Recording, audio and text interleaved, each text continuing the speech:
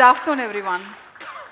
While I was just walking up here, one thing that struck me was, am I really at the right time slot of the event today? Just before lunch? Was Mustafa the right choice here? Right? While he's making breakfast better, maybe he can do the lunch better too. So, what struck me was, I've been thinking whole of yesterday and today, how do I start this? Because there's so much that I want to share, but so much I'm hearing as well. Just the first half of today, the whole morning, gave me so much food for thought. Again, I'm talking of food, sorry. So, what I realized is, going back to Lakshmi's point, it's the power of stories, right? It's the power of human connection, the power of experiences. I think that's what we have over AI. Because while AI can give you intelligence, what it does not give you is insight, experience.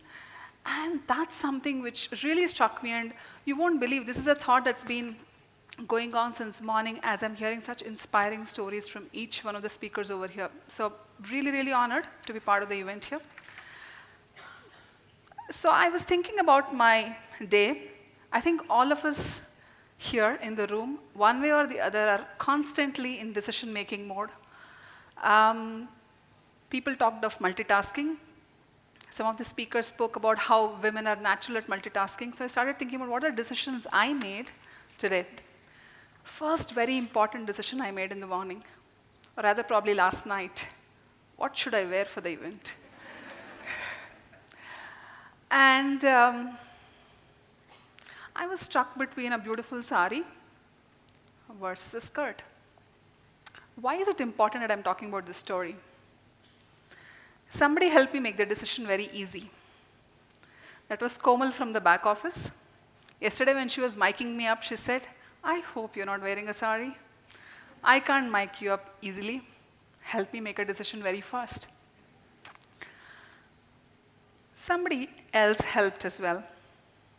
When I was in the green room, I asked Savita there, should I wear this versus something else when I was choosing jewelry? And she said, you know, this goes well with the outfit. I just went with her. The reason I'm talking about this, while obviously as women we have these important decisions to make every day and every previous evening, bigger lesson there is we can learn from everyone and everywhere.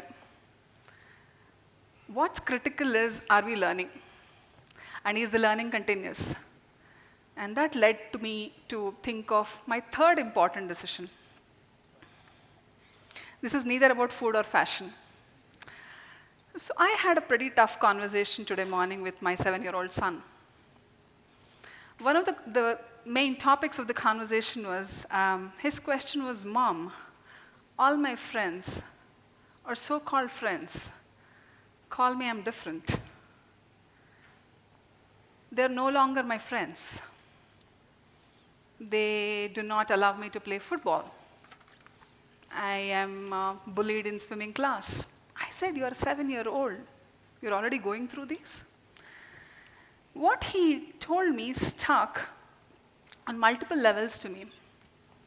One thing he said is, he's the tallest boy in the class. He's been blessed with good genes, is what I always thought. But that's making him different. He's tall, he's a big boy. And at 7, he's being talked about as being different from all his 20-odd kids in the school, all second graders. You see, as humans, how easily we differentiate. We want to create a herd mentality versus who's different. We don't accept uniqueness. And I wouldn't even call this unique. It's based on something so superficial, which is a physical characteristic. Second differentiation. He says, Mom, amongst my entire class of 2G, I'm the only vegetarian. I said, so what? So what? You have a problem being that? He said, no, that's one of the reasons nobody wants to sit with me when I'm having lunch. I said, wow, this is what we are dealing with. The reason I brought up this story is it made me think of two things. One is going back to roots and foundations. While we talked of future, utopian, dystopian, AI, natural intelligence, a lot of amazing, beautiful concepts, what made me think is let's go back to foundations and see where we are. So I am going to apologize upfront to the organizers that I'll be 2 minutes additional because I don't want to tell you the story. So what I went back when in terms of foundation was I said, if you want to go back to the roots, and I'll give you a quick sense from a financial services lens because that's where I come from, what's really happening in our world? Disruption we always associate with the Big Bang phenomenon, a loud thing, something which overnight shakes up your world. What disruption is really not loud. This has been a lesson. So in this slide, what I want all of you to look at is these are the top 10 largest economies in the world. And if you can see what's shown up in the screen, look at the first 4 positions, 2010, 2020.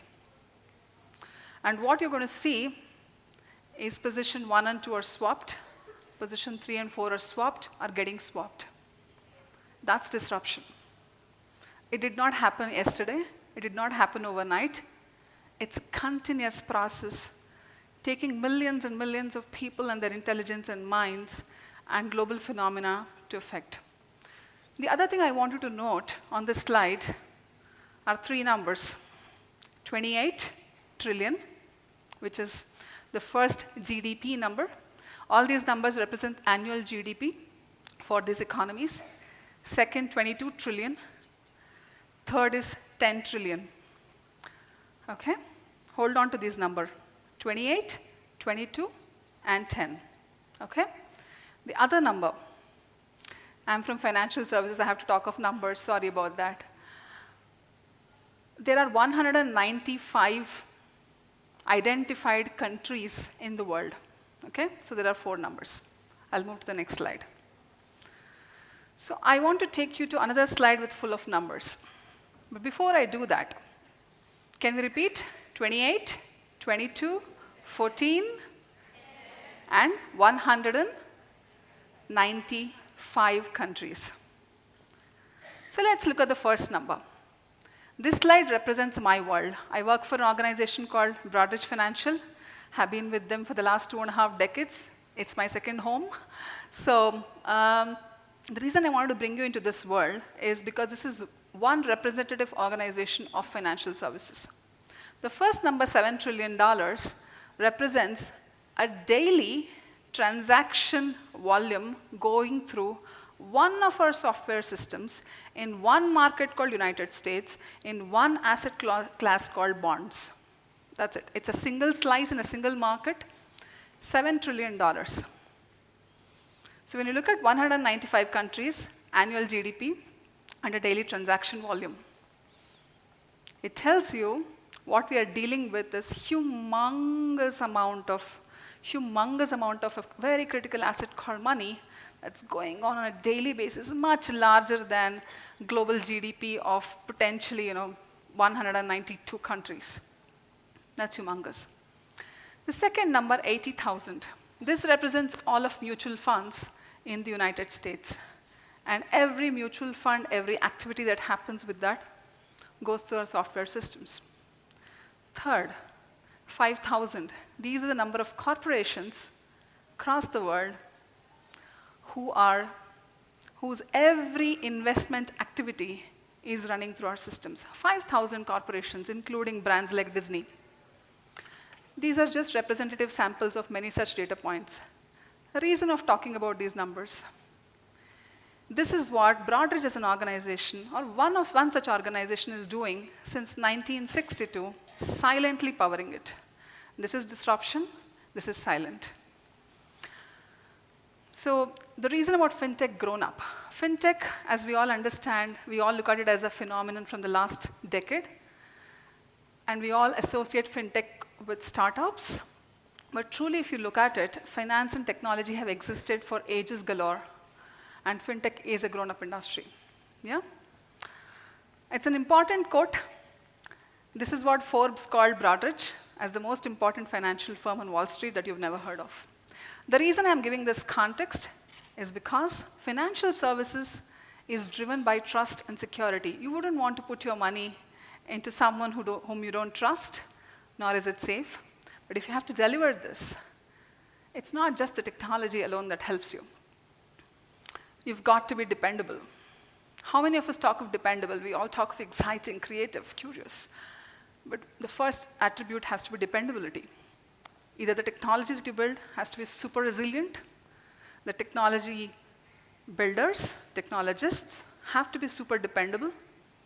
And as an organization, we've got to be dependable going through ups and downs. Precise. I think I don't have to explain that. We've got to be accurate to the T, dealing with money. Tenacious is a key attribute for all of us. Tenacious is, financial services probably has been the most, it has gone through most ups and downs, and we've all been through some of it. And if you're not tenacious, survival rates are almost nil. So with this, I want to introduce a concept of what is it that we really need to be. We've got to have the speed of a sprinter, but really the stamina of a marathon.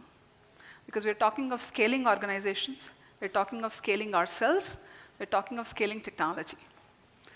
Quickly, I'll talk to you about a snowball effect that's really running around in the financial services landscape. The concept of digitization, everybody's spoken about. What's interesting, though, that as our consumers, as each individual is becoming more and more and more digital, more than 50% of our lives are controlled by digitization.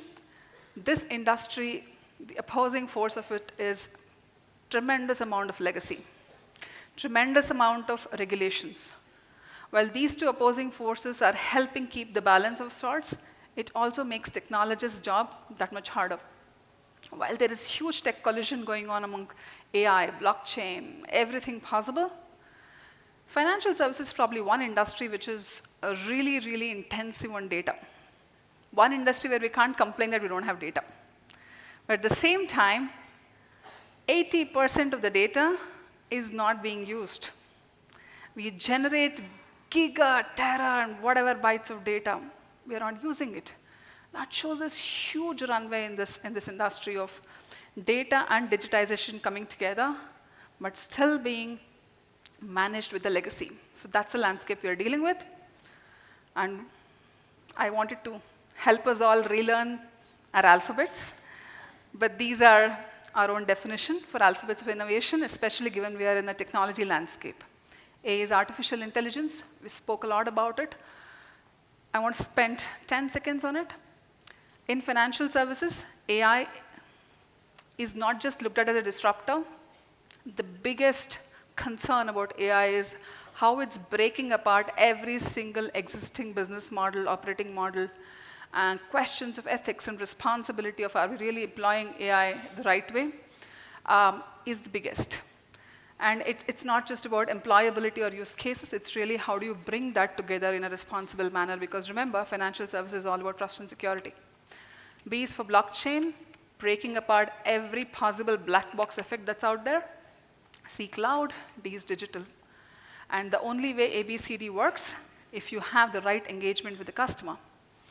And with this, unless you have a full stack, and full stack is not about full stack technology alone, unless you really look at a 360-degree experience for the entire consumer, for the entire business, the technology doesn't work. Innovation, while it's continuous, is not going to move ahead. So I think with that, I'm going to introduce these three. We talked of dependability and tenaciousness. Unless we are customer-focused, technology as well as technologists, and curious and most importantly, fearless, we will not be able to survive in this kind of uncertain, technology-driven era. So I want to reiterate, what's really key is that we've got to be speedy as a sprinter, but really unless we have the stamina of running a marathon, we cannot survive. Thank you so much.